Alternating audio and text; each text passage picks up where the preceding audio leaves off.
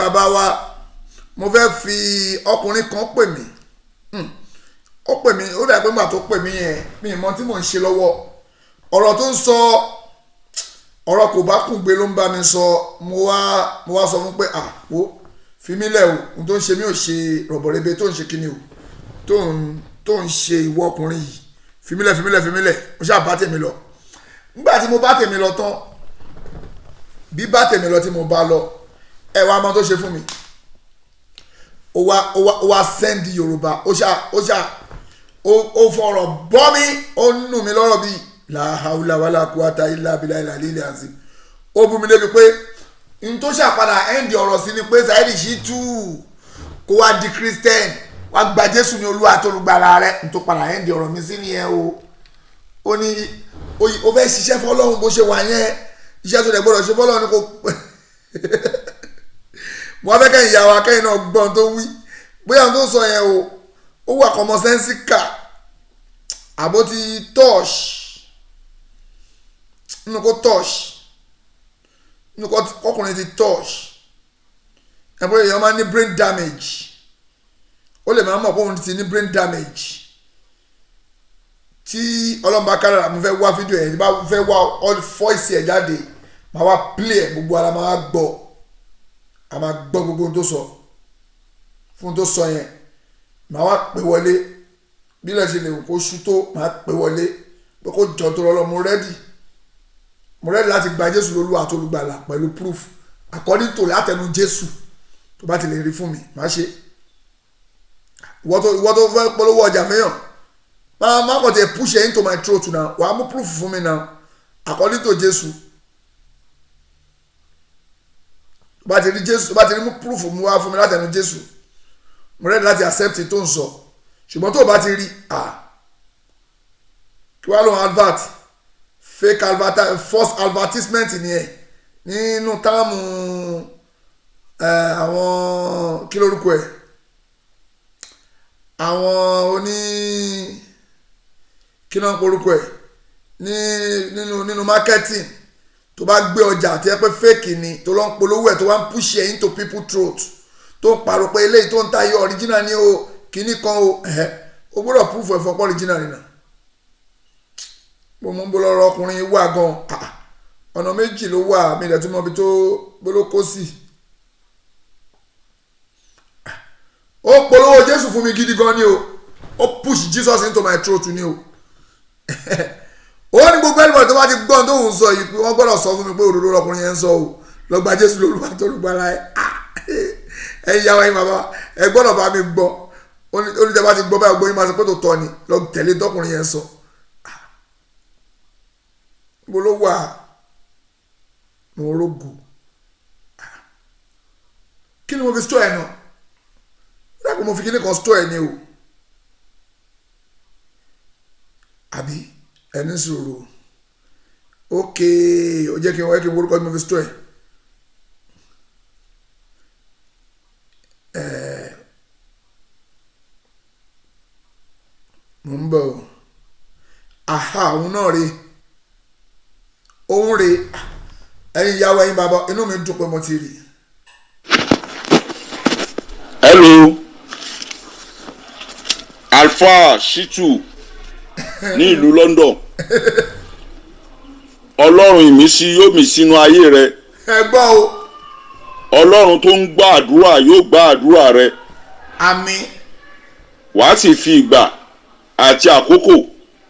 tí ọlọ́run fún ọ wàá fi sin olúwa. àmín. olúwa wo ni o. mo ti pè ọ́ ní ìjẹta yẹn náà bọ̀ lọ but ní àná mo gbìyànjú láti pè ọ́ a jọ sọ̀rọ̀ ohun tó fún mi náà ni wípé nígbà tí mo bẹ̀rẹ̀ ọ̀rọ̀ mo ní olúwa yóò darapọ̀ mọ́ yín. ẹni sùúrù ẹ jẹ́ kí n sún mọ́wájú kó bá ká bá lè gbádùn ẹ̀ gbówórówóró ibi tó ti ń gbé ọ̀rọ̀ Jésù wọlé yẹn torí pé ó gùn almost 19 minutes plus ni ẹ jẹ́ kí n sún síwájú díẹ̀. èmi ò kì í ṣe àfáà o ó rí bí ọlọ́run ṣe da ayé rú níbi tí ọlọ́run ti mú èmi àti ẹ tó ti sọ wánú nìyẹn tó ti sọ wánú lọ́kọ̀ọ̀kan ni wọ́n fi lọ nípa èdè mùsùlùmí lèmi fi wá nípa èdè kìrìsìtẹ́nì sínú ọmọ ìyá kan náà ọmọ bàbá kan náà ni wá o rà àwọn ẹlẹ́bọ tó ń pèlè ẹlẹ́bọ wọn bẹ nílùú wọn tí wọn ò gbóhùn rẹ̀ àwọn ẹlẹ́bọ tó ń sọ̀rọ̀ nípa rẹ̀ wọn ò gbóhùn rẹ̀ fóònù tó ń lò lọ́wọ́lọ́wọ́ bá ẹlẹ́bọ ló ṣe sọ̀gbọ́n ni ẹlẹ́bọ ló ṣe èyàn lúwo ló gbọ́ tó ṣe iye fóònù àwọn òyìnbó tá à ń lọ ọ̀dọ̀ wọn ẹlẹ́bọ ni wọ́n jọ́bìnú o bàbá kan ẹ gbọ́ tán wọn mo lè má dárúkọ wọn wọ́n má kéwì tẹ́lẹ̀tẹ́lẹ̀ ewì ni wọ́n má ké ṣùgbọ́n níjọ́ tí wọ́n gba súnà tí wọ́n gbọ́nú kíní kọ ẹ̀ lọ tí wọ́n ń bú àwọn bàbá tó jẹ́ pé ibẹ̀ ni wọ́n ti mọ̀ wọ́n níjọ́ tí wọ́n bẹ̀rẹ̀ sí mọ̀ wọ́n tí wọ́n bẹ̀rẹ̀ sí bú àwọn bàbá yẹn ọ̀rẹ́ níjọ́ yẹn ni bàbá yẹn mà ti ọmọ fọ́ lójú àdá nígbà tí wọ́n ń tọrọ owó tí wọ́n rí owó díẹ̀ láti fi tọ́jú bàbá yẹn dákun ṣé nàìjíríà wọn ti tọ́jú bàbá yẹn ṣé ilẹ̀ lárúbáwá ibẹ̀ ni wọ́n gbé bàbá yẹn lọ ni má gbàgbé pé ọ̀dọ̀ àwọn India àwọn ẹlẹ́bọ ni wọ́n gbé bàbá yẹn lọ ọ̀dọ̀ àwọn ẹlẹ́bọ yẹn tí wọ́n ń pariwo ẹlẹ́bọ mo rò pé ṣé ohun tí wọ́n jẹ ohun tí ọ jẹ iná ní ṣíọ́ bí wèrè báwọn ìtọ́ jẹ ní ṣíọ́ bí wèrè báwọn má gbàgbé tọ́ jẹ o sọ pé wọn náà ti sọ mo ní máa padà síbẹ̀ lẹ́ẹ̀kan ìtọ́ jẹ nígbà yẹn tó fi ń bú àwọn bàbá yẹn wọ́n sọ pé ẹlẹ́dẹ̀ ni wọ́n sì fún ọ ní ìlú Ìlọrin nígbà àwọn bàbá wọlọ́mọ bó ṣe fún wọn wọlọ́mọ bó ṣe ṣépè fún wọn ó ṣépè fún àwọn bàbá yẹn lọ bí wèrè wípé ìwọ ẹlẹ́dẹ̀ ni wọ́n fi ṣe nǹkan jẹ fún ìṣòro lọ bá dé ọ̀dọ̀ wọn tó fi ṣe ẹlẹ́dẹ̀ sí nǹkan jẹ fún wọn àgbà ìpè ẹlẹ́dẹ̀ yẹn ní ṣiṣẹ́ dàrọ́ nínú ayé rẹ o ẹlẹ́dẹ̀ tí wọ́n sọ pé wọ́n fi ṣe nǹkan fún ọ ní ṣiṣẹ́ nínú ayé rẹ ṣùgbọ́n tí mo kàn fẹ́ sọ fún ọ ní wákàtí yìí ni pé ẹ̀yin ìyàwó ẹ̀yin bàbá wa ìjọ́ ni mo sọ pé ọ̀fẹ́ ẹlẹ́dẹ̀ṣẹ̀ kan fún mi rí tí mo wá jẹ àbólórí ibú lọkùnrin ilé pásítọ̀ ni o ó yẹ kí n pè é gan lálẹ́ yìí ni pé n tó ń sọ yẹn sọ́jọ́ ò tí ì lọ báyìí ẹ jẹ́ n pè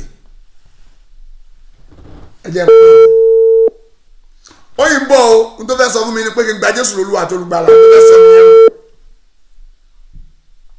gba Jésù lólúwa tó lùgbàlà ló fẹ́ ẹ̀ ń jọ lọ sí o ó yìí ń bọ̀ o ibi tó ń lọ nìyẹn mo máa pè é gangan ní bó ṣe wà yẹn ibi tó yìí ń lọ jìnnà. fún Ọlọ́run ní àyè tó wà yẹn pé Olúwa wípé ẹlẹ́dẹ̀ tí mo jẹ kó sì lọ́jà níbo lọ́ta ló sọ ẹlẹ́dẹ̀. pé wọ́n wà nínú ìlera wo ṣítù mo lu agogo ìgbàlà fún ọ lẹ́ẹ̀kan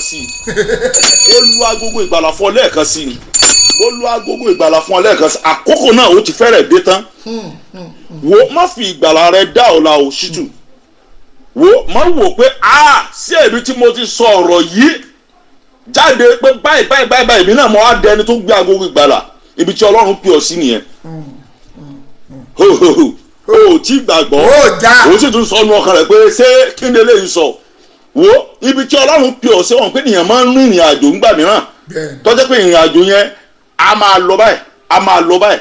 báyìí tí ó bá ti dé ìkórìtà ibi tí ń bọ̀ kò lè dé bus stop yẹn o wàá dé bus stop yìí wàá kéde yìí rere I'm telling you wàá kéde yìí rere Jésù wo ọkùnrin ló gba ẹ sọ̀rọ̀ wo oníkálùkù aràn wá sínú ayé láti wá sọ òtítọ́ ọ̀rọ̀ ẹ gbọ́ wẹ̀yìn èèyàn ṣẹ́ gbọ́ tó sọ o kì í ṣe ipá bẹ́ẹ̀ ni kì í ṣe agbára kì í ṣe ohun kan la fi mú ènìyàn wọnú ìjọba bàbá ṣùgbọ́n láti kéde ìrere yìí sẹ́ Olúwa ń pè ọ́ ṣàkíyèsí ní òwúrọ̀ yìí wípé ọmọ mi má ṣe fi ìgbàlà dá ọ̀la sítù èmi náà tún sọ fún ọ lónìí má ṣe fi ìgbàlà dá ọ̀la padà wá sílé àkókò ètò ti ṣe nínú ìta yẹn ó ti tó sítù máa bọ̀ wá sínú ilé lọ ka ìwé tí mo fún ọ ìwé Genesis yẹn nítorí pé o mọ̀ tẹ́lẹ̀tẹ́lẹ̀ ni o ṣùgbọ́n lónìí èmi ti fún ọ ní ìwé Genesis yẹn tó o bá ní báìbù lọ ṣàjẹ́ nínú Google lọ gbé báìbù yẹn wá sínú orí fóònù rẹ tó o bá fẹ́ gbé báìbù wá sínú ilé rẹ wò lórí fóònù kó o tó parẹ́ kó o wo ẹsẹ̀ bíbélì tí mo sọ fún ẹ ìwé Genesis orí 11 ẹsẹ̀ ìkíní sí ìkẹsàn ohun tó sọ fún ẹ bẹ́ẹ̀ náà ni pé bí Ọlọ́run ṣe da èdè rúre Ọlọ́run yìí ó dá gbogbo ènìyàn pátá ọ̀kan ṣoṣo ni wá tẹ́lẹ̀tẹ́lẹ̀ ṣùgbọ́n torí ìwà ẹbí wa ìwà àìdá wa láti mú òun ọlọ́run lọ́kan lọ́lọ́run fi dà wá lédè gbọ́njẹ tán. Tó o bá wá ní àyà láti béèrè àwọn àjọ bẹ̀rẹ̀ sínú ìrìn àjò. tó mo ti pè àfáà Ṣítù ìwọ ni mò ń bá wí. mo ti pè ẹ́ o. tó o wà nílùú London tó o mọ̀ bú àwọn àfáà, tó o mọ̀ bú àwọn kírísítíẹ́nì, tó o mọ̀ bú àwọn ẹlẹ́bọ. Èmi ò sínú àwọn mùsùlùmí, bẹ́ẹ̀ ni mi ò sí nínú ẹlẹ́bọ, mi ò sínú àwọn pààyàn, bẹ́ẹ̀ tèmi wà pẹ̀lú rẹ nínú Olúwa nínú kìrìsìtẹ́nì. Mo mọ̀ pé ààyè ti ṣí sílẹ̀ fọ láti rìnrìn àjò náà wọlé, ọkọ̀ ìgbàlà ti ṣí o, tètè wọlé. mo ti bó pè o ṣe ń kéde pásítọ̀ yẹn mo láìkí ẹ̀ tó pé nígbà tí o bá padà bọ̀ sínú ẹ̀sìn yìí ìwọ náà mọ ìrìn àjò tòótọ́ ọmọ òtítọ́ tó pé Bíbélì sọ wípé ẹ̀yin ọmọ òtítọ́. pásítọ̀ ẹ káalẹ́ sà. hello sà. ẹ káalẹ́ sà. èmi Saheed Shittu ni mò ń sọ̀rọ̀ ṣe bẹ́ẹ̀ mi lẹ sẹ́ǹdì kan sí sà. ẹ̀yin lẹ sẹ́ǹdì mẹ́sẹ̀gì sí mi tí mò ń play voice ẹ̀ fún gbogbo aráyé tán dẹ̀ gbọ́. ọ̀rọ̀ tẹ́ sọ fún mi náà ni mo fẹ́ gbogbo àwọn èèyàn bá bọ́ ó dà pẹ́ ẹsẹ̀ pé kí n gba Jésù ní Olúwa àtolùgbàlà mo ti ṣe tán. ok àkúrò ṣe tó. kí lẹ wí. àkúrò ṣe tó ẹgbẹ́ Jésù ní Olúwa àtolùgbàlà. inú mi dùn mo rẹ́dì láti gbà ẹ jọ níbo ni màá ti rí kà pé tí Jésù sọ pé gbà mí ní Olúwa àtolùgbàlà tí n bá ti rí báyìí nísìn tí n bá gba Jésù ní Olúwa àtolùgbàlà kọ́lọ̀ pa mí rẹ́ nísìn ẹ fi wọ̀n mi pé nínú Bíbélì látẹnu Jésù pé Jésù sọ pé gbà mí ní Olúwa àtolùgbàlà rẹ tí bá ti rí mo máa gba Jésù nísìn as Olúwa mi àtolùgbàlà níbo ni kí n ṣí inú Bíbélì látẹnu Jésù. alright láti máa béèrè ìbéèrè tí o bá ti wọnú Bíbélì lọ kà nínú ẹsẹ̀ ìbéèrè láti rí ìfihàn. láti bo ọgbọ́n èrò ọ̀dọ́rọ̀. láti bo lẹ́ni kí n lọ wò ó.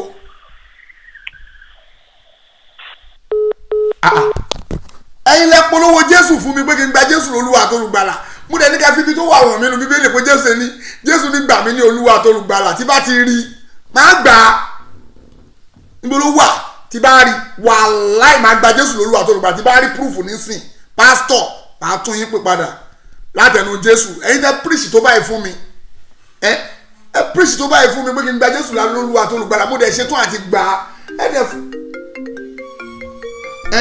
èyàn ní gba Jésù lólúwa àtolùgbàlà mi mo dẹ̀ ṣetán ẹ lè fẹ́ sá lọ ṣẹ́fẹ́ kí n kú sínú ẹ̀ṣẹ̀ tó bá pẹ́ yín rò pé inú ẹ̀ṣẹ̀ mo wà. ẹ ló sá o ẹ ó dọ̀. ẹ má rẹ́rìn o ẹ má fọ̀rọ̀ mi rẹ́rìn o ẹ má rẹ́rìn. mi fi rẹ́rìn ẹ bá Saheed Shittu ẹ gbàgbé ìṣẹ̀lẹ̀ eléyìí muslim àwọn ẹlẹ́bọ ni kò ṣe christian kankan mùsùlùmí lélẹ́yìí àwọn ẹlẹ́bọ àwọn tó ń ṣe jákujàkun yẹn ni ló ń pè léyìí tí ò mọ kankan ẹ bèrè fáàsì báìbù mẹ́ta lọ́wọ́ ẹ̀ kò ní lè ka kankan muslim lélẹ́yìí àwọn ẹlẹ́bọ tó ń díbọn lélẹ́yìí. ẹ jẹ́ ń tún pásítọ̀ wa pè padà. wèrè níwọ̀n àwọn ẹlẹ́bọ ni wọ́n ń gbé sáì mi wọlé wọ́n ti gbé tobìnrin pé obìnrin kan lóyún wá wọ́n ti gbé oríṣiríṣi wa eléyìí náà wọ́n tún fẹ́ gbé wọlé wọ́n máa fi distract attention ni. ẹ ṣáà ní sọ ẹ jẹ́ àgbọ̀ àlè sọ. àní mùsùlùmí ní sẹ́ ṣé bó ṣe ń sọ̀rọ̀ gan nínú kíni rìkọ́dì tó sẹ́ndì ẹ ti mọ̀ pé ẹlẹ́bọ làwọn eléyìí àwọn ẹlẹ́bọ káfíìrì gidi làwọn eléyìí kò mọ kankan pa Jésù ó kàn ń ṣe jákujàku ni. ẹni sùúrù ẹ̀yẹ má sọ̀rọ̀.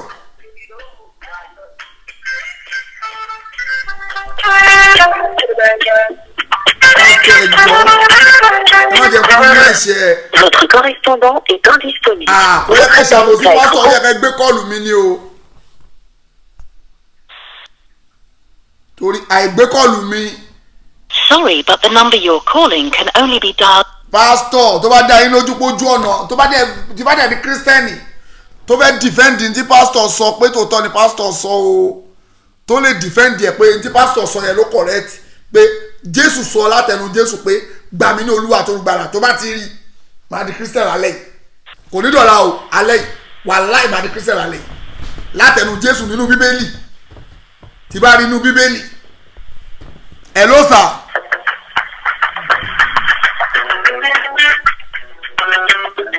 ẹ ó dọ̀ láti Amẹ́ríkà wà lẹ́kùn sá ẹ ó dọ̀ mà ẹ jọ ẹ jẹ́ bá pásítọ̀ yẹn ẹ jẹ́ kí n kó sínú ẹ̀ṣẹ̀ ẹ má jẹ́ kí n kó sínú ẹ̀ṣẹ̀ màmá ẹ jẹ́ ní sùúrù ẹ jẹ́ bá pásítọ̀ yẹn sọ̀rọ̀ náà.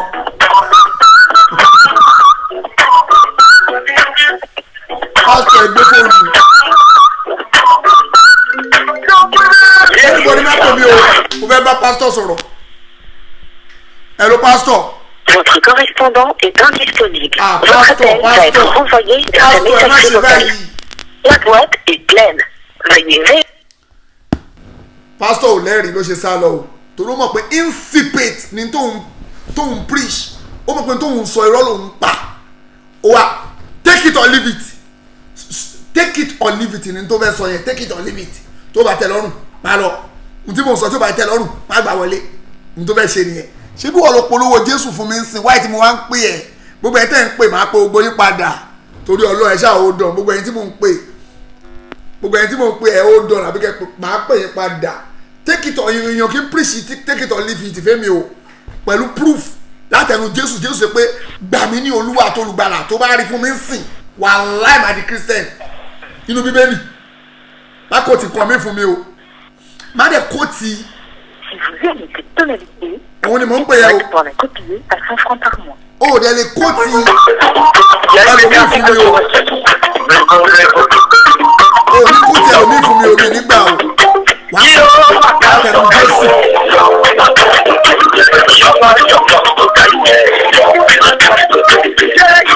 Jésù sọ pé mo ń gbọ́ lẹ́nu ẹ̀. Pastor, ṣe é nípa ẹ ti sá. Sorry, but the number you're calling can only be dialed directly from the white calling app. If you have any questions, please contact customer services. Thank you. Pastor, a máa gbójú ẹ jáde o. Ìwọ tó ní wá gba Christian, máa gbójú ẹ jáde o. Wáyé gbogbo ẹ̀ ọmọ ẹ o. Mi ìbẹ́ ṣeré o. Èmi ò báyọ̀ ṣeré o. Ṣé o ti gbọ́? Máa gbé ojú ẹ jáde. Gbogbo ẹ̀ máa mọ ẹni tó ní wá gba ẹ̀sìn Christianity. Pé ìwọ ló sọ bẹ́ẹ̀. O ṣàbẹ̀ kí n gba Christian. O fẹ́ kí n gba Jésù lólúwa tó olùgbàlà ni máa jẹ́ gbogbo wa di famous nsìn pé ẹgbọ́n tí pásítọ̀ yìí sọ o ó ní wá gba Jésù lólúwa tó olùgbàlà ẹ bá mi bí pé látẹnu Jésù o kí ni Jésù wí ṣé Jésù sọ pé gbà mí ní olúwa tó olùgbàlà tó bá ti rẹ́rìí ẹ̀ mú wa máa tẹ̀lé tó sọ máa gbójú ẹ̀ jáde gbogbo ẹ̀ máa rójú ẹ̀ sọ wá di famous nsìn wa ẹgbẹ́ mi ò bá yà ṣe o máa di worldwide wọ́n á mú ẹ̀ as a pastor àbí wọ́n preach okay now yes. Entitled to opinion.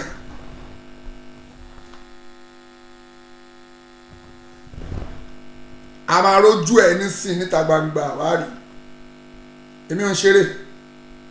mo máa fojú ẹ wọn ayé gbogbo ẹ máa rí inú ìyàwó ẹ gan á dùn pé baálé mi o òun ló di famous báyìí wàá rí ọdún máa ń ṣe fún ẹ lálẹ́ wàá mọ̀ pé mo burú ju gbogbo ohun tó ń ṣe ẹ lọ mi rò pé mẹ́tò ẹni tó wá preach Jésù fún mi rò pé ẹni tó wá preach Jésù fún ó mọ̀ pé tó wá polówó fún mi fake ni ó wá ń sá gbangba ló máa ti sọ fún mi pé Jésù sọ pé kò ń ṣe kọ́nà wàá fún mi lẹ́yìn láti ẹnu Jésù ni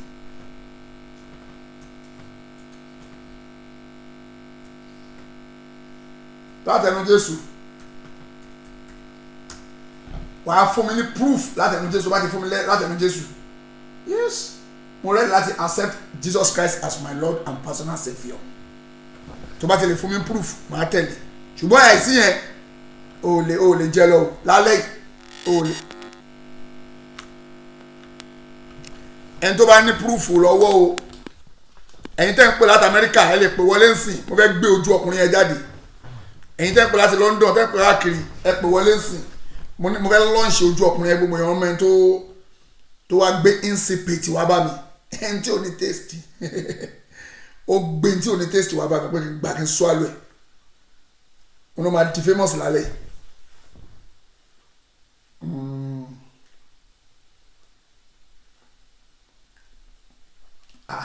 o preach fún mi kí n gba Jésù lóru àtọ́rùbàlà. Salamu alaikum wa rahmatullahi wa barakatuh. Alo, salamu alaikum wa rahmatullahi. Wa alaikum salam wa rahmatullahi wa barakatuh. Mbo kende kene iko. mo ti fi voice kékeré kan ránṣẹ́ sí yín lẹ́ẹ̀kan tẹ́lẹ̀ yìí ó dà pé ẹ ti gbọ́ sa ẹ kú ètò ọlọ́run bá mi ràn yín lọ́wọ́ ẹ ní tẹ́ o apá ara yóò sì ní ká yín o ọlọ́run bá mi dáàbò yín táyà tọmọ tẹbí tara o iṣẹ́ ṣe yín ò ní di iṣẹ́ mọ́ yín lọ́wọ́ o ẹ nílò àkísà kẹ́yìn aṣọ ẹ ní mòṣòṣì onímọ̀ yín o àpàdà sí ibú àwọ̀ àpàdà pẹ̀sìn bá wà ń ta ń gbàǹjo ọlọ́run ò ní jẹ́ kí ẹ rówó rà ọlá ti tó ọlọ́run ajẹ́ kan ṣe lọ́dọ̀ ọlọ́run ṣe rí àrọ̀ àwọn báìbù yìí báyìí ìmọ̀ràn ní o ẹ dákun torí tọ́lọ́ ẹ má bínú o ẹ yé mọ búra lélẹ́rì o ń pé táwọn bá rí nǹkan báyìí àwọn ó gba kírísítẹ́nì àbáwọn ṣe nǹkan báyìí torí ojoojúmọ́ náà kọ báìbù wọn yìí tá a rí la rí. kò sínú bíbélì ẹ gbàgbé ẹ kò sí wọn kọ sí gbogbo bíbélì kò sí bẹ́ẹ̀ mo mọ tí mo sọ kò sínú bíbélì ẹyọ kan kò sínú bíbélì ẹyọ kan rárá tí bá sọ fún yín pé kò sí nǹkan bẹ́ẹ̀ kò sí bẹ́ẹ̀. mo mọ̀ pé nǹkan tẹ́ bẹ̀. ẹ gbọ́ mi nínú Matthew, Mark, Luke, John látẹnu Jésù sọ pé gbà mí ní Olúwa tó olùgbàlà kò sí bẹ́ẹ̀ kò sí wọn bí wọn dá wọn ní kọ́ọ̀sì níbo wọn ní ever dánwó ẹ̀wò John kí ni wò mi rò pé mọ ọ̀rọ̀ yẹn bó ṣe tóbi tó ni. mo mọ nǹkan tí mo sọ. àwọn ọmọ ìlú Jésù ò ní gbà kọ́kọ́ sí àwọn ẹ̀ máa takò lẹ́sẹ̀kẹsẹ̀ ni ní Rome àbí ní kí ló ń pẹ́ ẹ lè kọ̀ọ̀kan mi kẹ́ parọ́ o ṣùgbọ́n ọ̀rọ̀ yẹn ẹ̀ ní gbèsè wọn gbá wọlé. wọ́ọ̀dù yẹn lásán wọn gbá wọlé ní àwọn ọmọ ìṣẹ́lẹ̀ ò ní gbà torí pé kò sọ bẹ́ẹ̀ pé Jésù sọ bẹ́ẹ̀ àwọn ọmọ ìlú Jésù kò ní gbà ọ̀rọ̀ yẹn wọlé láéláé wọn ẹ̀yà wèrè ni ẹ lè parọ́ mi ìmọ̀ Jésù o but eléyìí ẹ má fèsì ló pe ẹ̀ lọ́lọ́run kò sọ. torí ọ̀rọ̀ bíbélì wọn kò sí lẹ́nu kan. pé ìjọ gbèdé àlèkè àwọn ọmọ tó bá lọ wà nínú báíbù pé Jésù sọ pé gbà mí ní Olúwa tó olùgbàlà àyà kan wà ní Kùránì tọ́lọ́run bá máa bèèrè lọ́wọ́ Jésù pé ya insabunu mọ̀ríyàmọ̀ àhántà ǹjẹ́ wọ kúlìtàlì náà sí wà òmíyà ìlà àìní mi dún ní láì ṣé wọ́n lọ sọ fáwọn èèyàn kan pé ìwọ àti ìyá ẹ̀ lọ́lọ́run lẹ́yìn tèmi ó ní kọ́lá ṣubú anọ́kà mọ́yàkúlù ní anáàkú mọ́lẹ́ ìsàlíbi akin kò tọ́ sí mi kí n sọ tí ò tọ́ sí wọ lọ́hùn kò tọ́ sí mi kí n sọ bẹ́ẹ̀ n tí ò tọ́ sí mi kí n sọ kí n parọ́ irú ẹ̀ irọ́ gidi máa bá irọ́ burúkú pásítọ̀ tó ń pèrè ẹ wojú ẹ̀ ó ti di famous òun ní gbangba ẹni tó ní ká wá gba Jésù Olúwa tó olùgbàlà rẹ o ó ní wá gba Jésù ní Olúwa tó olùgbàlà òun nìyẹn o ọkùnrin ló sọ bẹ́ẹ̀ ó ní wá gba ẹ wojú ẹ̀ dáadáa gbogbo ẹ̀ lójú ẹ̀ mo fẹ́ kọ́ jẹ́ ẹ̀mọ̀ dáadáa ẹ wojú ẹ̀ gbogbo àwọn ẹbí ẹ wo dáadáa ẹ tó ń píríṣì fún mi rè ó ní gba Jésù Olúwa tó olùgbàlà kò síbi tó ti wà ní Bíbélì pé Jésù Olúwa àti olùgbàlà ẹ má dáwùtù ẹ̀ ó wà nù Roman n tó wà níbẹ̀ Paul ó sọ pé tó bá lè gba Jésù ní Olúwa tó olùgbàlà Paul ló sọ yẹn àní látẹnu Jésù tí Jésù sọ pé gbà mí ní Olúwa tó olùgbàlà kò sí Bíbélì tó lè kọ sí wọn bí wọn lè kọ kọrú ẹ ọ̀rọ̀ burúkú ni ọ̀rọ̀ tó bá sọ Jésù sínú iná tó bá sọ ọdún ẹ̀ jáde níwájú Ọlọ́run àwọn ọmọ ìlú ẹ̀gbọ́n nígbà pé kò sọ o ẹ má parọ́ yẹn mọ́ o ẹ lè parọ́ nǹkan mi o ẹ lè sọ pé somi dọ̀tí wọ́n ẹnìkan jórọ́ mọ́ gbogbo àwọn yẹn ó yìí ṣe é fewé mọ́ ṣùgbọ́n pé ọ̀hún lọ́lọ́hún gbà mí lọ́lọ́hún àtolùgbà hello. mi rò pé mọ gravity ọ̀rọ̀ yẹn bóyá tó ṣá. mo mọ̀ bọ̀ èmi nǹkan tọkàn mi sọ pé kí n pàṣẹ ìgbà tẹ́ ń búra mọ́ ni àwọn èèyàn yìí báyìí ojoojúmọ́ náà kọ́ kò sí bíbélì kankan tó gbé. bẹ́ẹ̀ ni mo ti máa ń gbọ́ kínní ìbá rí lẹ́nu àwọn tó ń ṣe comparative wọn àyàn rí èmi náà mọ̀ pé kò sínú báìbù. wọn lè kọ́ sí. ok gẹ́gẹ́ bẹ́ẹ̀ tí wàá ṣàlàyé nísìn èmi ti. ẹ ti jẹ́ tàrí yẹn. wọn lè ever and ever and ever and ever kọ́ sínú bíbélì pé Jésù sọ pé o gbà mí ní Olúwa tó olùgbàlà ẹ láyéláyé kò sí ń bẹ̀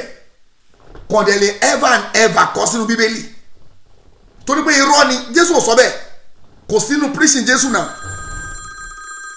kò sínú preaching Jésù ò jọmọ́ bẹ́ẹ̀ rárá wọ́n lọ sí sọ pé kọ́ gbà wọn lólúwa tó olùgbàlà mọ́ ìwọ pásítọ̀ ṣe ní tó ti lójú ààrẹ ó ti di famous àwọn ẹbí a máa fi ẹ́ pa lọ sí nígboro pé kí ni wọ́n lọ dá sọ̀rọ̀ mùsùlùmí fún. Salaam aleykum. Wa aleykum salaam wa rahmatullahi wa barakatuh. Pásítọ̀ náà ló ń pè wọ́n pásítọ̀ ti ń pè padà ẹ jẹ́ ká gbọ́ tiẹ̀ bóyá pé wọ́n náà ló ń pè yìí. Ẹ ló pásítọ̀ wọ́n ti rí yín gbòòrò pẹ́yìn lẹ́sẹ̀ pé kí wá gba Jésù lólúwa tó lùgbàlà bẹ́yìn kọ́ ni. Salaam aleykum. Wa aleykum salaam ọ̀tọ̀rẹ́lẹ̀. Ẹ kú ètò. Àwa nìyẹn sà. Ọlọ́run bá dótìn. Àmín. Ẹni tẹ́ gbé sí pé pásítọ̀ kì í ṣe pásítọ̀ ẹni tá a mọ̀ dáadáa ni. Ẹ mọ̀ rí. Ẹni tá a mọ̀ dáadáa ni Abidjan ni wà. Òkè kí wá ló wá pè rẹ̀. Kì í ṣe pásítọ̀ Christian ni kì í ṣe pásítọ̀. Christian ni o tiẹ̀ dábẹ́ wá preach. Àwọn tó ṣe pé tí àwọn èèyàn tó ṣe pé táwọn èèyàn bá lóde yẹn kí wọ́n máa pè kí wọ́n máa gba irinṣẹ́ mìrẹ́ǹtì òde tí wọ́n lu orin yẹn. Àwọn yẹn ni. Kì í ṣe pásítọ̀ Christian ni. Pé kí n gba Jésù ní olùgbàlà. Kò lè defend nǹkan tó sọ yẹn láíláí. Kì í ṣe pásítọ̀. Ẹ̀sìn tí wọ́n ṣe gun òye wọn. Kì í ṣe pásítọ̀. Kí n gba Jésù lólúwa tó olùgbàlà. Ó lè sọ. Àwọn ará Abidjan ni wọ́n. Ẹ̀sìn tó ń sìn gun òye wọn. Inú mi dùn pé iná ọmọ láti Abidjan tó pé nọ́mbà Abidjan ni mo. Àmọ́ gbogbo àwọn ará Abidjan gan ti máa rí wọn dáadáa wọ́n ti máa rí fọ́tò yẹn bẹ́ẹ̀ ti gbé sí dáadáa wọ́n ti máa rí bó ṣe ń lọ. Ẹ wojú ẹ dáadáa o ọmọ Yorùbá Abidjan ni o ẹ̀yin ọmọ Yorùbá tẹ wà lábidjan ẹ wojú ẹ kí lórúkọ ẹ. Abe ni Abe. Mr. Abe ọmọlẹ́yìn Jésù Kristi. Abe ni Abe tó ń ta Milo. Abe Milo ṣé o ti gbọ́ o ti di famous. Milo wọ́n rán kó Milo Abe Milo ló ń ta Milo. Pastor Abe Milo pastor. Salaam. Wa aleykum salaam wa rahmatullahi wa barakatuh.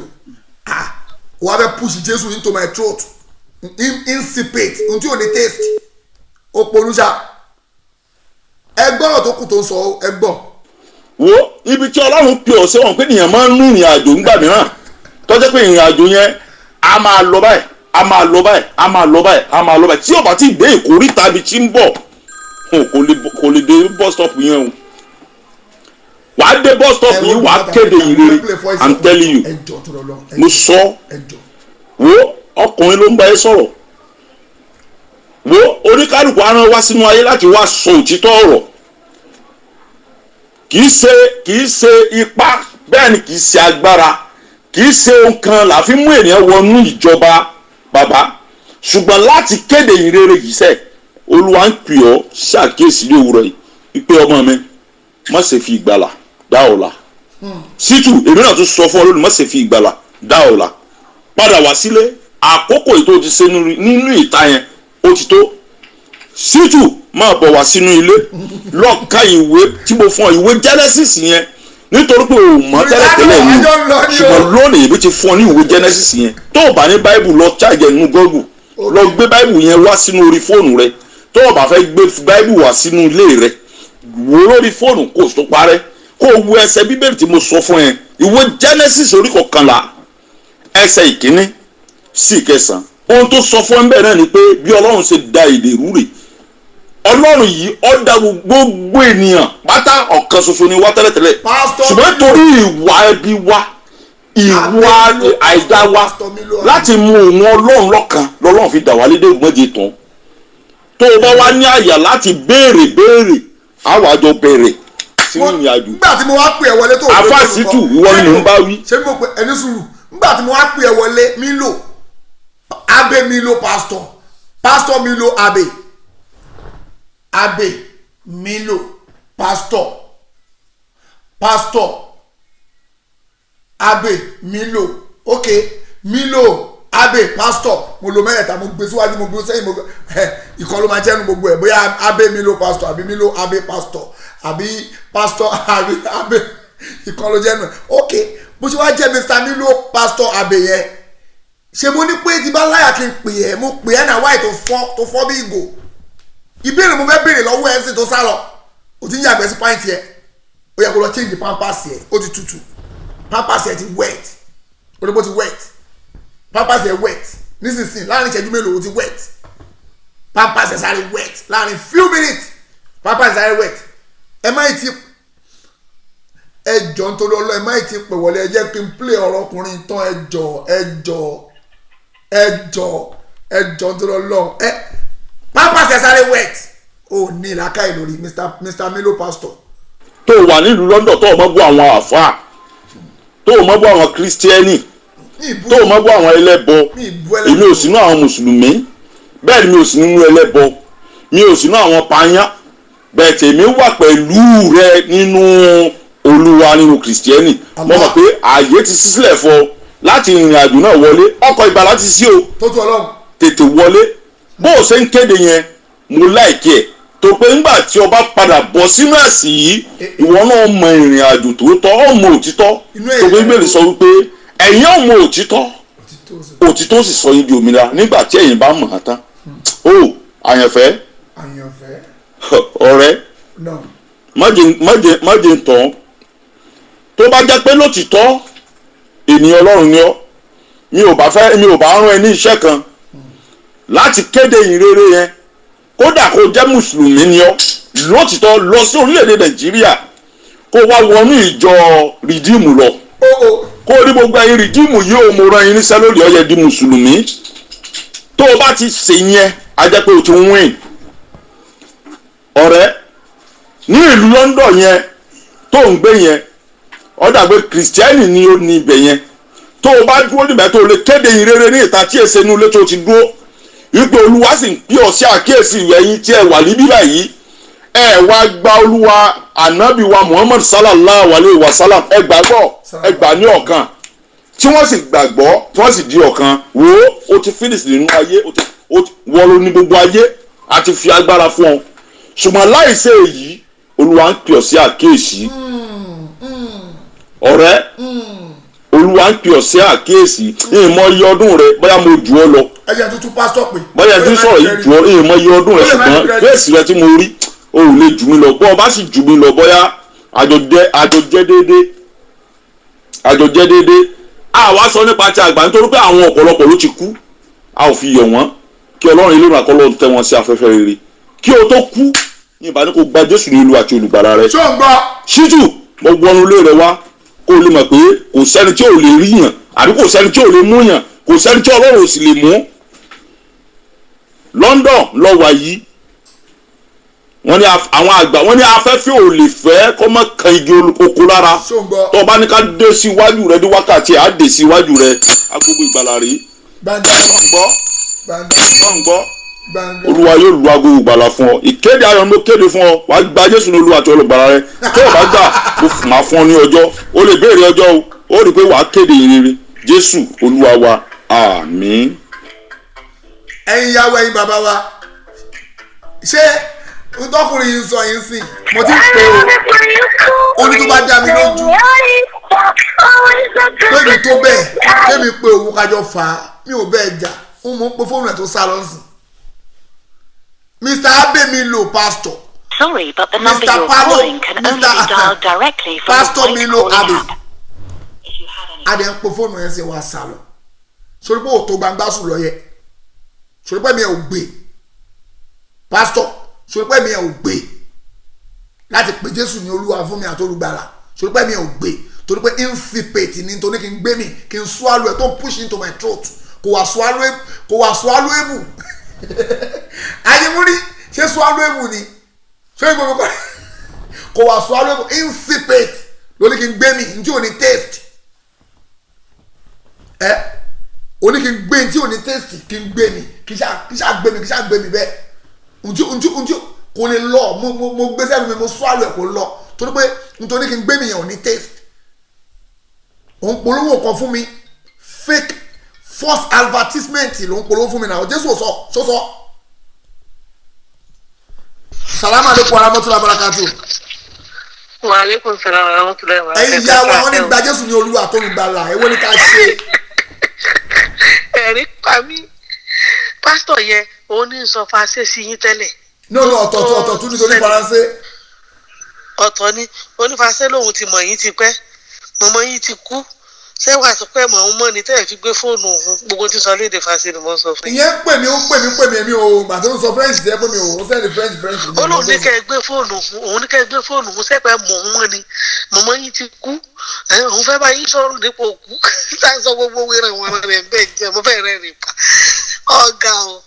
ok ṣé tí yẹn sọ French nìyẹn. èsì sọ French nìyẹn. ok yàwá ok ara France ní tòótọ́. màlè ní pásítọ̀ wèrè Mílò ṣé ńgbà tó ń gba Jésù sáyé rẹ̀ ṣé Mílò lọ yẹ kó mọ̀ ta ó lè rà ó sì láyé náà lórí burúkú ọmọ kò sí lọ tiẹ̀ wọ́n ránṣẹ́ ni ó ti ṣiṣẹ́ tẹ́ kó gbé fóònù tẹ́ bá bí dá ló ṣe. pásítọ̀ Mílò pásítọ̀ jọ mo ṣe fún àṣìṣe tó ní ìṣe o tó bá ti fún mi proof kà ṣe. Salamaleykum. Wa aleykum salaam wa rahmatullahi wa barakatuh. Ẹ má lọ àwọn yàrá ti fi wọ́n fi ẹrẹ́ wọ́n fi ẹ pa ni tó bá ti lè fún mi proof pé Jésù sọ pé gbà mí ní Olúwa tó olùgbàlà rẹ máa tẹ̀lé ṣùgbọ́n tí ò sí ń bẹ̀ ohun tí ò sí ń bẹ̀ lẹ̀ ń preach gbogbo ẹ̀yin Christian ohun tí ò sí inú ìwé yín òun lẹ̀ ń preach ẹ máa sọ pé gbà Jésù ní Olúwa tó olùgbàlà tó sọ fún ọ láti ẹnu lips ẹ tó sọ báyìí pé accept me as your Lord and personal saviour so sọ bẹ́ẹ̀ tó nǹkan ló sọ bẹ́ẹ̀ ó sọ látẹnu ẹ̀ any Christian tó bá wà lórí program lálẹ́ yìí tó bá lè defend the pastor àti màá pé pastor yẹn Milo Mr. Milo wo màmá fi ẹ́ pa every time ni o Ọlọ́run ti mú ẹ fọ́tò ẹ̀ tí mo ti rí every time màmá fi fọ́tò ẹ̀ sórí screen màá ní kọ́ bá mi wá ẹ gbogbo èèyàn ará Abidjan inú mi dùn màmá wa tó pé London náà ń gbé but Abidjan náà ọmọ Abidjan ni wọ́n ti máa ń pè tipẹ́ ok gbogbo ẹ̀yin ọmọ Abidjan ẹ bá mi bèèrè lọ́wọ́ Abe Milo pastor pé n tó preach fún mi yẹn o kó mú proof ẹ̀ wá látẹnu Jésù pé Jésù sì pé gbà mí ní Olúwa tó olùgbàlà rẹ̀ tó bá ti lè fún mi mo máa accept Jesus as my Lord and personal saviour ṣùgbọ́n tó o bá ti rí kí wọ́n máa bọ̀ ọ́nú Islam ni o kó máa bọ̀ ọ́nú Islam ni o torí pé Jésù ò sọ bẹ́ẹ̀ fún ẹ bẹ́ẹ̀ ìwọ tó bá wá sọ bẹ́ẹ̀ tó parọ́ tí Jésù ò sọ mú ẹ o máa wọná ọgbọ́n tí Jésù sọ pé many will say to me on that day Lord Lord did we not prophesy in your name we cast out devil in your name we do many miracles and mighty works ọgbọ́n tí Jésù sọ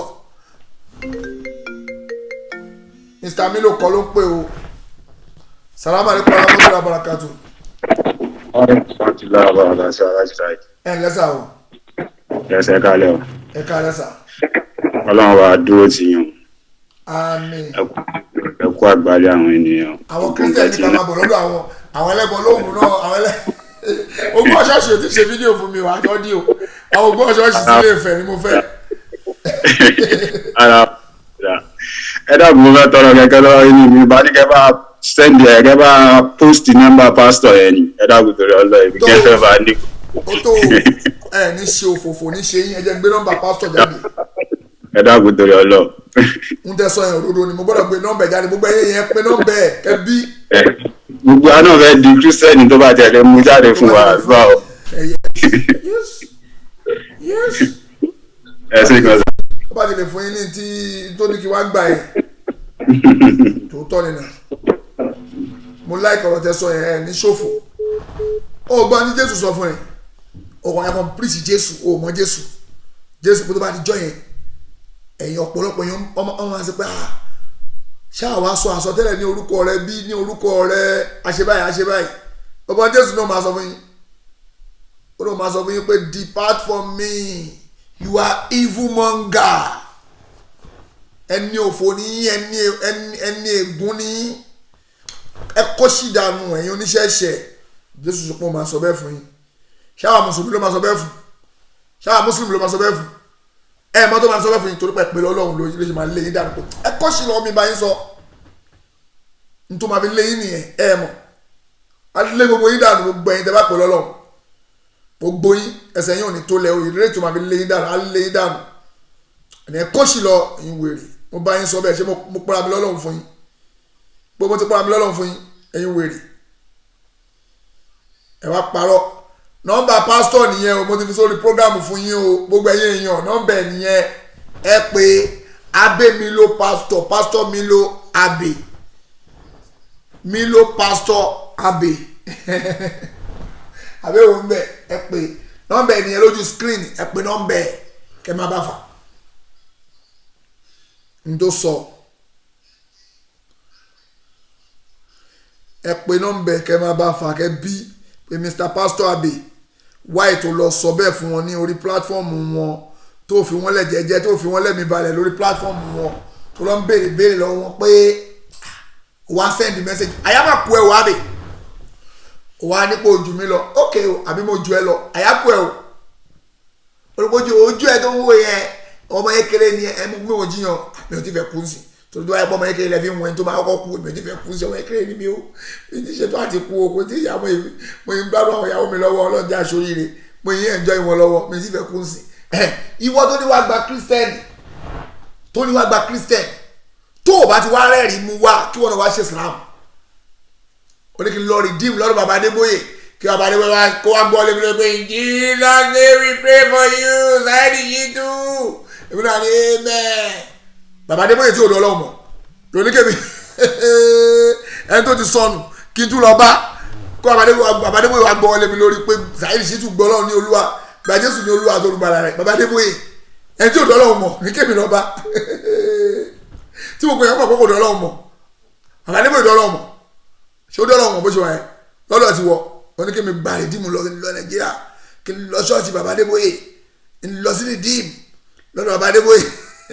kí n lọ sọ ṣé bàbá Adébóyè tó ní kí n lọ bá yẹn ṣé ó dọ́ lọ́mọ ṣá kí ni proof bàbá Adébóyè dọ́ lọ́mọ tó bá ti lè tí bàbá Adébóyè bá ti lè proof fún mi bàbá Adébóyè Pastor Adébóyè tó bá lè proof fún mi ibi títí Jésù sọ pé gbà mí ní Olúwa tó lùgbàlà láti Christian látẹnu Jésù ni o tí bàbá Adébóyè bá lè proof ẹ̀ fún mi pé Jésù sọ pé gbà mí ẹni tó pè mí yìí tó tí bàbá Adébóyè bá lè proof ẹ̀ fún mi pé gbà mí ní Olúwa tó lùgbàlà látẹnu Jésù mo ṣètò àti di Christian sísìn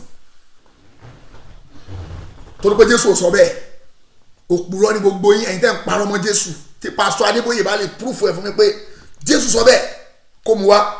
kó má mú 1+1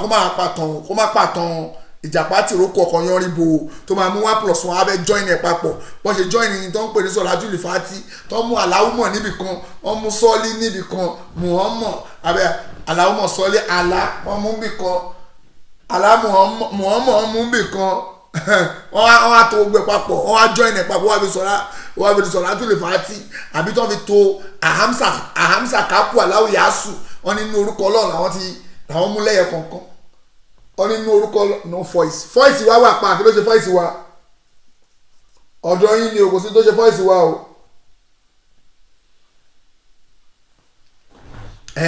ibi tó ti lọ mú gbogbo kínní ní ẹyọ kọ̀ọ̀kan ẹ̀jẹ̀ ń gbọ́ ìyẹn kọ́ sójú screen pé no voice kò sí tó ṣe voice wa kò sí tó ṣe voice wa jàre lẹ́yọ kọ̀ọ̀kan ibi tó ti mú orúkọ lẹ́yọ kọ̀ọ̀kan kí bàbá Adébóyè máa wà proof fún mi pé Jésù nígbà tó wá dé ibi abẹ́gi yẹn ó ní pé ṣé ẹ̀ mọ̀ mí ni ọ̀hún ta ni wọ̀ ó yẹ kó ti yé yín kọ́ o èmi ní Olúwa tó lùgbàlà la fẹ́ gbọ́ láti mú Jésù tó bá sọ bẹ́ẹ̀ máa di Christian tó bá fi lè confirm ẹ̀ kó confirm ẹ̀ pé yes òun gangan lọ́wọ́ tó lùgbàlà wàláì máa support yín èmi máa preach lọ fún yín sínsínsínsín báyìí gbogbo ẹ̀yin mùsùlùmí ẹ ti gbọ́ra yín ni o one chance wo irun tó ń kí yẹn máa bẹ ka gbogbo tó ń ṣe yẹn waste time ni eléyìí easy way to paradise láti ẹnu Jésù ṣùgbọ́n Jésù ò sọ bẹ́ẹ̀ tí gbogbo yín wá ń ṣe òṣì ni gbogbo yín ń ṣe gbogbo yín òṣì lẹ́ ń ṣe ẹkú ń bẹ̀ àtẹ̀yìn dìdìrín tẹ́ pé ẹ kò tẹ follow blind follower ẹ máa rà àwọn educated fools tí gbogbo wọn tó ń bẹ̀ wàá rà àwọn professor wàá rà àwọn professor àwọn doctor àwọn lawyer àwọn professor àwọn kílẹ̀ ń pè àwọn genius wọ́n máa tò síwájú bàbá Adébóyè gbogbo wọn tò síbẹ̀ gbogbo wọn máa jókòó wọn á balance wọn wọ suit wọn á cross ẹsẹ̀ wọn á cross iwájú àwọn pastor gbogbo ní church oríṣiríṣi wọn á cross ẹsẹ̀ síbẹ̀ gbogbo wọn á jókòó wọn á balance bẹ́ẹ̀ máa wọ bá yes ní matter of religion ẹ wá rí àwọn nípa ọ̀rọ̀ ẹ̀sìn ẹ wá rí pé àwọn tó kàwé ńgbà míì wọ́n fúùlù torí wọ́n ti dàrú ẹ bá púpọ̀ nú àwọn èèyàn tó kàwé bọ̀ tó bá ti dọ̀rọ̀ ẹ̀sìn ẹ rí púpọ̀ ló pọ̀ nú wọn gbogbo wa jókòó síwájú pásítọ̀ ó wá ń twist ọ̀rọ̀ Ọlọ́run lójú yín ẹ̀yin náà máa kà báyìí wọ́n máa kà nínú ìwé kọ̀dà àpèjúwe dictionary lélẹ̀ yeah inú dictionary yẹn ń sìn lápèjúwe ó máa ka kíní kan jáde ń bẹ̀ sórí tó kà jáde yẹn ń bẹ̀ yẹn ọ̀tọ̀ ni tó kà jáde o pásítọ̀ yẹn ọ̀tọ̀ ni tí gbogbo wọn náà gbé bíbélì wa o ibi tó ń ṣí ibi táwọn ẹlòmíì torí wọ́n dàrú sí rèé o torí púpọ̀ nú àwọn èèyàn dàrú sí rèé o ẹ wo ìwé báìbù tí púpọ̀ nú wọ́n gbéra ni o pásítọ̀ yẹn dẹ̀ kóòtì kíní kan fún wọn n tó ń kóòtì yẹn ó dẹ̀ ń twist ẹ̀ síbò míì fún wọn àwọn dẹ̀ ń bìlífù pé bóyá twist ẹ̀ yẹn ẹ̀mí mímọ́ ló tú fún ó dẹ̀ wà ní bíbélì pé gbọ́ kò sí ìmọ̀ ìkọ̀kọ̀ kankan fún ìwé yìí bá ṣe gbé kalẹ̀ ló ṣe wà kò sí secret interpretation fún ìwé yìí fún bíbélì ó wà nú ẹ̀ náà kò nídìí tẹ òsírì bó ṣe wà gangan ló ṣe wà ò nídìí tẹ òsírì ò nídìí Holy Spirit Bible ló sọ pé ò nídìí Holy Spirit o Bible ló sọ ó wà ní Bible o ò gbọ́ rí o fẹ́ gbọ́ ṣo fẹ́ gbọ́ ó wà ní Bible jíyan ẹ̀ kókò wọlé kó sọ pé ibo ló wà ní Bible ó wà ní Bible kókò sí secret interpretation fún Bible pé pásítọ̀ ẹ̀ ló wá fẹ́ tu irọ́ ni bó a ṣe gbélẹ̀ ó ṣe wà wà ní wíyẹn náà ó wà bẹ́ẹ̀ pẹ̀lú kan wá dìde àwọn ni ẹ̀mí pásítọ̀ kínní kan pásítọ̀ kóòtì ẹ̀ bọ̀ pásítọ̀ Adébóyè ẹ̀ wá ń tu nísìn ọ̀rọ̀ bíbélì kọ́ làwọn míì sọ mọ́ ń sìn ọ̀rọ̀ orí tí wọ́n ní pé báà ṣe fẹ́ ṣe lélẹ́yìí ọ̀hún ni pé Jésù ṣe pé òun lọ pé Holy Spirit máa wá kọ́ wọn ní gbogbo tó máa ṣe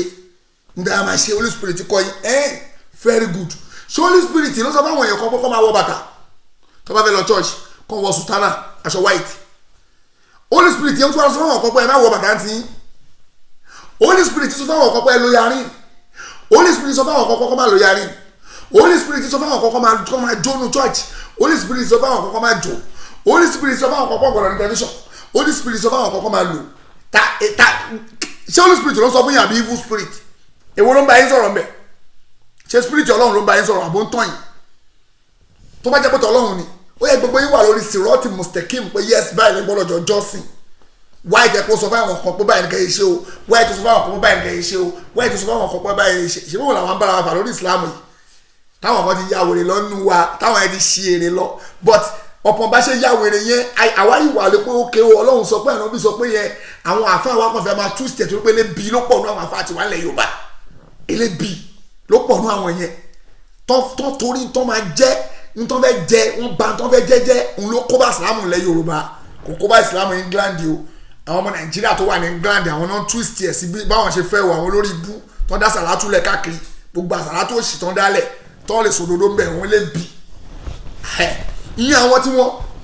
àbí ìyẹn àwọn bẹ́ẹ̀ wọ́n ti mọ fẹ́ fàyọ̀ fún yín ni pé why the Holy Spirit ń tọ̀ yìí tó sọ nǹkan mí fèlè tó sọ nǹkan mí fèlè after ó wà ní Bíbélì pé Bíbélì mò ń kó ti fún ẹ o ó ní kó máa kọ́ yín ní gbogbo nǹkan tó máa Holy Spirit máa kọ́ yín ló máa kọ́ yín ní gbogbo nǹkan kí ni Holy Spirit kọ́ yín nípa ọ̀rọ̀ surplus woman obìnrin tó pọ̀ ní gbogbo ilé ayé kí ni Holy Spirit kí lẹ́ẹ̀kan tó kọ́ yín kí ni solution tó Holy Spirit mú wá fún yín ó ní máa mú solution wá fún gbogbo nǹkan kí Holy Spirit yín kí ló mú wá fún yín lórí ẹ̀ ó yẹ kí Holy Spirit kọ́ yín pé ókè o àwọn obìnrin tó pọ̀ rẹpẹtẹ yìí o solution rèé o Holy Spirit o ṣe Holy Spirit o ti dé ó yìn bọ̀ àbóso ní bàbá Adébóyè nìkan gbogbo obìnrin tó surplus woman obìnrin tó pọ̀ ní gbòòrò kí Holy Spirit ẹ̀kọ́ wo ló kọ́ yín pé tóbìnrin bá ti pọ̀ o nǹkan báyìí lè máa ṣe o ṣé kò yẹ kó kọ́ yín lẹ́kọ̀ọ́ kí Holy Spirit sọ pa kí ọmọ amọtí àbí kò ń pààyàn ló ń ba yéèyàn jẹ kí Holy Spirit sọ pa cocaine mímu kí ló wá kọ́ yín Holy Spirit kí Holy Spirit sọ lórí gbogbo àwọn nǹkan oríṣiríṣi méjì yẹn la sọ nípa ọ̀rọ̀ tí mímu nípa ọ̀rọ̀ obìnrin púpọ̀ kò kọ́ yín lẹ́kọ̀ọ́ Holy Spirit àsìkò Holy Spirit ò tí ì dé nìyẹn àbí kò tí ì dé ó ti dé Holy Spirit táwọn ọmọ sọ ń bẹ̀ tó ń sọ̀rọ̀ ó ń reverse àná bí wọ́n mọ̀ ni ó ti kọ́ yín lẹ́kọ̀ọ́ ẹ̀yin lẹ́ẹ̀fẹ́ gbà kí lọ́lọ́run sọ nínú Kùránì Ọlọ́run fúnra àná bí mo mọ̀ pé tó pẹ̀yìn ọkùnrin o solution fún ìgbà táwa yìí ẹ̀fẹ́ méjì ẹ̀fẹ́ mẹ́ta ẹ̀fẹ́ mẹ́rin tẹ̀bá wọn pẹ́ lè ṣe déédéé ẹ̀fẹ́ yọkan Bíbélì gan kò sọ pé kẹfẹ́ yàwó yọkan Bíbélì sọ pé o lè fẹ́ 1000 woman uncountable ní Bíbélì gbélẹ̀ tí wọ́n bá lè tẹ́mi ẹ̀ bá gbé tí wọ́n bá lè tọ́jú ìyàwó alákọ̀ọ́kọ́ fẹ́mi sí tó bá tó lè fẹ́mi sí tó bá lè tọ́jú wọn tó bá ti lè tọ́jú wọn máa fẹ́ lọ ní bíbélì sọ o religion ẹyẹ kan tó sọ pé kò fẹ́ yàwó ẹyẹ kan Islam nìkan ló ní kò fẹ́ yàwó ẹyẹ kan ó gbọ́ rí Ọlọ́run sọ pé fáńkì umọ́ tó bá làkú mínà nìsáì ẹfẹ́ ìkéyìí tó bá wọ̀nyí inú obìnrin Ọlọ́run ní mọ́síná ẹfẹ́ méjì wàsùlásá ẹfẹ́ mẹ́ta wàrúbá ẹfẹ́ mẹ́rin wàyí hiftu alátàdìlú tó bá mọ̀ pé ó lè ṣe justice láàrin wọn o fàwa ìdàtàn fẹ́yọkan wọ́n ọkùnrin tó bá mọ̀ ọpọlọ ẹ̀ ò gbé lọ́lọ́run bá wí ń bẹ̀ torí ẹ̀ ò pé tó mọ̀ pé ọpọlọ ẹ̀ ti yòrò ó lọ́pọ̀ lórí ó lè ṣe justice ẹ̀mí ẹ̀ ò bí mo níyàn kan kò lè o ti afọ́sà ìlú ìlú fẹ́ mi ò gbé mo ní afẹ́yọkan ẹ̀ jẹ́jẹ́ ẹ̀ ń fẹ́ kan ó lè fẹ́ wọn máa dáwà láàrin àwọn méjèèjì tó bá mọ̀ pé ó lè ṣe justice láàrin wọn fẹ́yọkan religion ti wà nìyẹn kí ni religion ti ń sọ lórí ìyàwó púpọ̀ surplus woman ẹ̀kọ́ wo ló kọ́ yín kò sẹ́kọ̀ọ́ kankan láti ẹnu Jésù sọ pé èèyàn ń bọ̀ tó ń bọ̀ akọ yín wáyé tẹ̀tẹ̀lé nípa ọtí mímu kí ni Kùránì sọ kí ni solution wo ni Holy Spirit mú wá fẹ́yìn solution tó mú wá fẹ́yìn kò mú wá fẹ́yìn ok kí ni Islam sọ Ọlọ́run sọ pé Ọlọ́run sọ pé yá ayú alẹ́sìn náà amọ̀nù iná mọ́lẹ́kàmúrù wàlìmọ̀ẹ́sẹ̀ wàlìansọ́bù wàlìasìlámù ríjìsùn min amọ̀lì ṣaitan fajitanibu làálà kóńtòfìlẹ̀hùn Ọlọ́run ní ọtí mímu any kind of intoxicant àti cocaine o àti gbana o àti anything o àti lílì o àti kílò ẹ̀kọ́ tábà o tó máa ń ṣáàkì anything tó ń ṣáàkì ríjìsùn min amọ̀lì ṣaitan fajita àti tẹ́tẹ́ títa àti kàmáyẹsẹ́wò àti kàmárúbọ Ọlọ́run ní fajitanibu ẹ jìnnà sí làálà kóńtòfìlẹ̀hùn kẹ́lẹ́ bá jèrè kí ló Holy Spirit sọ fún yín lórí ẹ̀ Holy Spirit ń bọ̀ ẹnu tó tó bá bẹ̀rẹ̀ lọ́wọ́ sẹ̀lẹ̀ pé kí Holy Spirit sọ lórí kẹfẹ́ àwọn mẹ́rin ó máa ní a máa bẹ̀rẹ̀ lọ pásítọ̀ wa kò wá written down ọwọ́ pásítọ̀ ẹ̀ ló fẹ́ bẹ̀rẹ̀ after 2000 years Jésù Holy Spirit ń bọ̀ kò tí ì dé tó bá fún àwọn sẹ̀lẹ̀ solution kò ní fún kérúbù tó bá fún kérúbù kò ní fún Saturday Adventist tó bá fún Saturday Adventist kò ní fún Deeper Life kí ni Holy Spirit mú wá lórí ká máa mọtí èmi ní sọ tó Holy Spirit mú wá fún Holy Spirit ṣe pẹ́ gbọ́dọ̀ mọtí Holy Spirit ó ní ṣe èṣù ní fagitani bú ẹ jìnnà sí ẹ fẹ́ gbà torí pé ànábì mọ̀ọ́mọ́ nítorí pé Arabu nínà ó wá láti ilé Arabu àgbàmọ́ ọmọ gbọ́ àbí wọ́n tẹ̀ ṣe nìyẹn pastor abe mi lò ṣé n tó Holy Spirit ti sọ fún yín nìyẹn after 2000 years Jésù ti lọ kí ló Holy Spirit sọ lórí gay ṣó fọwọ́ sí kí ló Holy Spirit sọ lórí oríṣiríṣi kí ló sọ kí ló kọ yín ẹ̀kọ́ wo ló kọ yín ẹ lè sọ lórí ẹ lè sọ kí làwọn pásítọ̀ yín sọ máa lọ bẹ̀rẹ̀ pásítọ̀ wa ṣó tán ṣòro lẹ́ni abẹ mo tún pé one more times we are one more time there we have times there okay one more time jẹ́ pé lẹ́kọ̀ọ́ sí tí bá pẹ́ tó bá gbé máa pé ṣòro lẹ́ni ẹ o fit ohun ṣọmọlẹ́yìn Jésù tó tọ́ tí wọ́n bá jẹ́ ọmọlẹ́yìn Jésù tó wà dúró lórí ọ̀rọ̀ Jésù pé tí wọ́n bá dúró nú ọ̀rọ̀ mi ìwọ́n máa tó jẹ́ ọmọlẹ́yìn mi tó tọ́ ohun ṣọmọlẹ́yìn Jésù tó bá ti gbé fóònù ẹ̀ wò tó bá dẹ lójú pé gba Jésù ní Olúwa tó lùgbàlà rẹ gbé fóònù rẹ tó bá dẹ lójú pé ojú ọmọlẹ́yìn Jésù tó tọ́ gbé fóònù rẹ wọ́n ti ń tún ẹ̀ pé.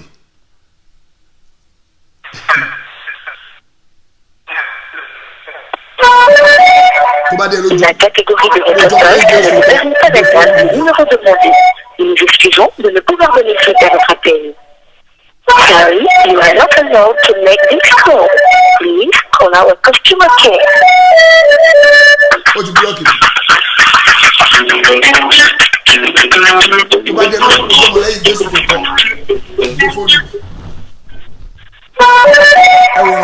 La catégorie. tó bá jọmọ lẹ́yìn Jésù tó tọ́ gbé fóònù mi. Sorry, but the number you're calling can only be. ẹ̀yin ìyá wa ẹ̀yin bàbá wa ṣe ti pé rọ́ ló ń pa tọ́ bá wà tì sí ẹ ní throat pé gba Jésù lólúwa àtolùgbàlà solution rèé o béèrè lọ́wọ́ anybody tó bá gbọ́ abẹ́ sọ pé o ready láti gbà má bàa jiyàn pé o gbà sọ pé o fẹ́ gbà but kó mú proof wá látẹnu Jésù o gba Paul gbọ́ torí pé Ọlọ́run rán Paul sí ẹ Jésù ló rán sí ẹ kí ni Jésù wí mú proof wà láti ẹnu jẹ́ pé Jésù sọ pé gbà mí ní Olúwa tó olùgbàlà tó bá ti rí kò sínú Bíbélì. mi ò síìtì fún àwọn mùsùlùmí tó kú o pé tó bá ti ní bóyá tó bá ti gbà o gbogbo mùsùlùmí máa di Christian èmi máa di Christian nísinsìnyí tó bá ti mú wá ohun tí ò sí ń bẹ̀rẹ̀ wá ń preach fake advert false advertisement ni advert tẹ advert jìbìtì náà ń pè yẹ ohun tí o bá ti sinú Bíbélì tí o bá ti ń preach yẹ jìbìtì náà ń pè nínú ní terms and conditions àwọn ọlọ́jà àbí kí lè má pè ọlọ́run àbáyé yanjú ẹ̀ máa lọ sọ ìbò ẹ̀ fúnra yìí tó ọlọ́run jọ ṣíjú àná òwò wa má ṣe àyọ̀nù sí wa Mr. Abe pastor tó bá lálẹ́ ọ̀la tó bá ti ń sọ̀rọ̀ ẹ̀ tó bá ti ń sọ̀rọ̀ lọ́wọ́ máa gbé ẹ̀ sí máa jẹ́ gbogbo èèyàn rí ẹ̀ gbogbo ẹ̀yà ara àbíjọ ẹ bá mi sọ fún pé ó ní rọ́ ni o ẹjọ́ mọ̀ pé òpùrọ̀ ayé àtijọ́ gbé dàlí kíámọ̀ ni òpùrọ̀ lọkùnrin yìí o tó pẹ́rẹ́ pásítọ̀ yìí òpùrọ̀ ni o Mr. Abe mi lò tó ń ta mi lò òpùrọ̀ ni irọ́ ló ń pa káàkiri ìwọ tó bá píríṣì fún ẹ lé dànù kó wájú yín pé ó ní rọ́ ni wáyé tí ó gbé fóònù mi tí mò ń pè é sí tó bá dá lójú pé orí òdodo ló wà wáyé tí ó gbé fóònù mi kó tiẹ̀ pé pásítọ̀ ó yá pásítọ̀ ó kẹ́ pé fóònù yẹn wọlé mo ì tí pa fóònù mi mo ẹ̀ ṣe máa pojú ètò dé nsìn gbà tó ti mọ̀ pé onírọ̀ ní ẹ ló ṣe lè gbé fóònù kọ́ ló ń ṣàánú wa jáde tó bá lálẹ́ ọ̀la a máa kọ̀ntínú subhanaka Allahumma wa bihamdik wa nashhadu an la ilaha illa. لا إله إلا الله العظيم الحليم لا إله إلا الله رب العرش العظيم لا إله إلا الله رب السماوات ورب الأرض ورب العرش الكريم بسم الله الذي لا يضر مع اسمه شيء في الأرض ولا في السماء وهو السميع العليم بسم الله الذي لا يضر مع اسمه شيء في الأرض ولا في السماء وهو السميع العليم بسم الله الذي لا يضر مع اسمه شيء في الأرض ولا في السماء وهو السميع العليم بسم الله بسم الله بسم الله أعوذ بعزة الله وقدرته من شر